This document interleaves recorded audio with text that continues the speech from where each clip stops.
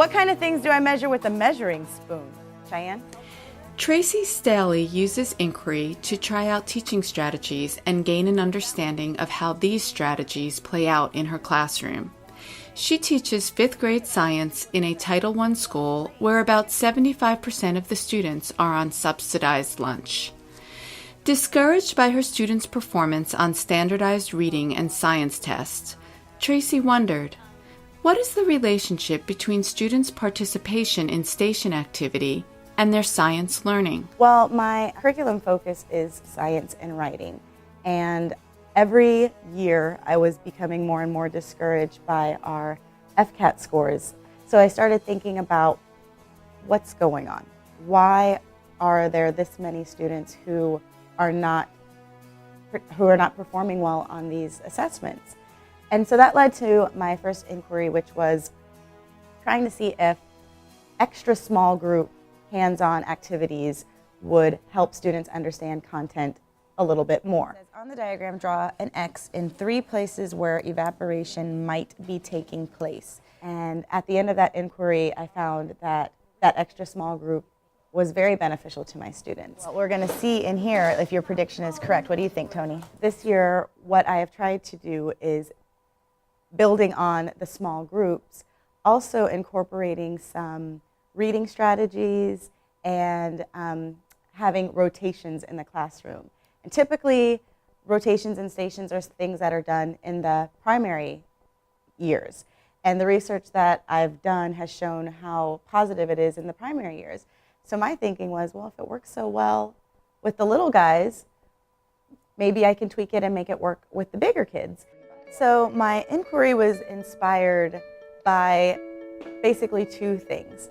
First, poor scores on our reading FCAT, scores that we were hoping to improve, but also low percentages of students meeting expectations on the science FCAT. And so I wanted to figure out a way to help support both of those areas through what I'm doing in my science instruction. And through that, I developed a rotation system that is in the classroom. Did you see it evaporate? Yeah, that bag is evaporating. At each of the tables, there is a different rotation going on. And the group that's going to be with me, we will be practicing reading strategies using their science textbooks. And so that's hitting on the piece of hitting or improving reading and helping with reading instruction. It started falling. What do you call that when water falls from the clouds? Precipitation. Precipitation. So you got to see precipitation over there.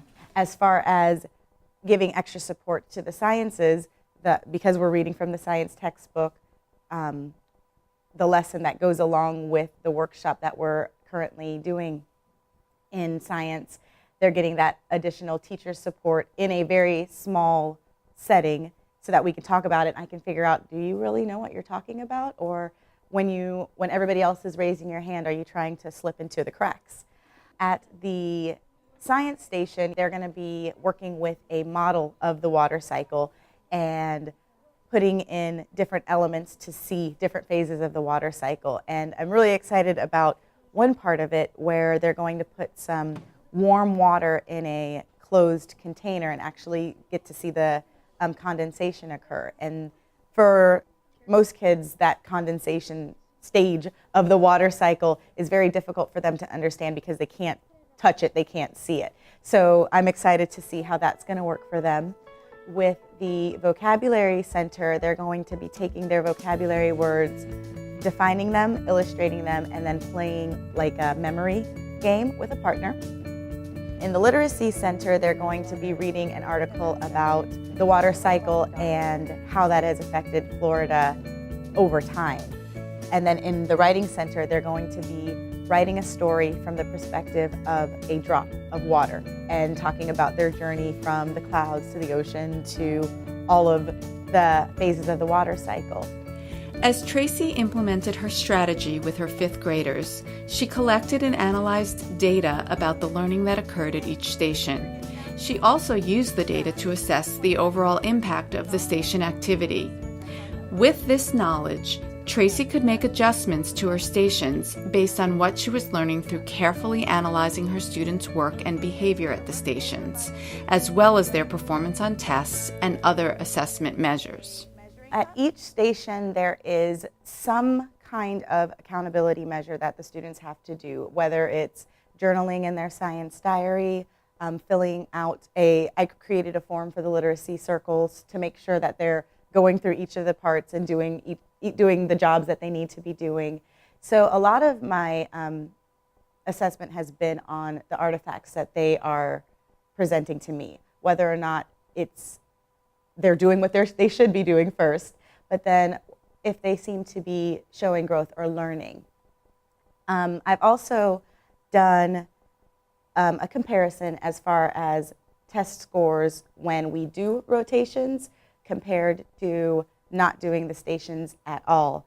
And in each event, when we have the station work and we have the rotations, the students are showing tremendously higher scores than when we just do the typical workshop model.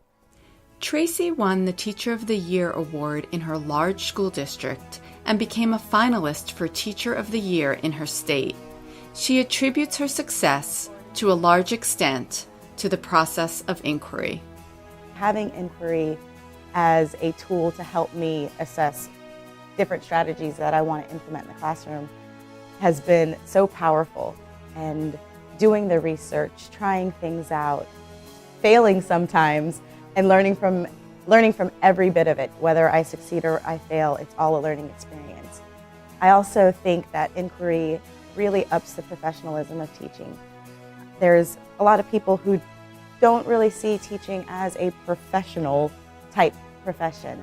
And I think participating in action research and becoming well-informed and constantly growing and learning. Every single year we're investigating something different and we're always growing as educators and perfecting our craft.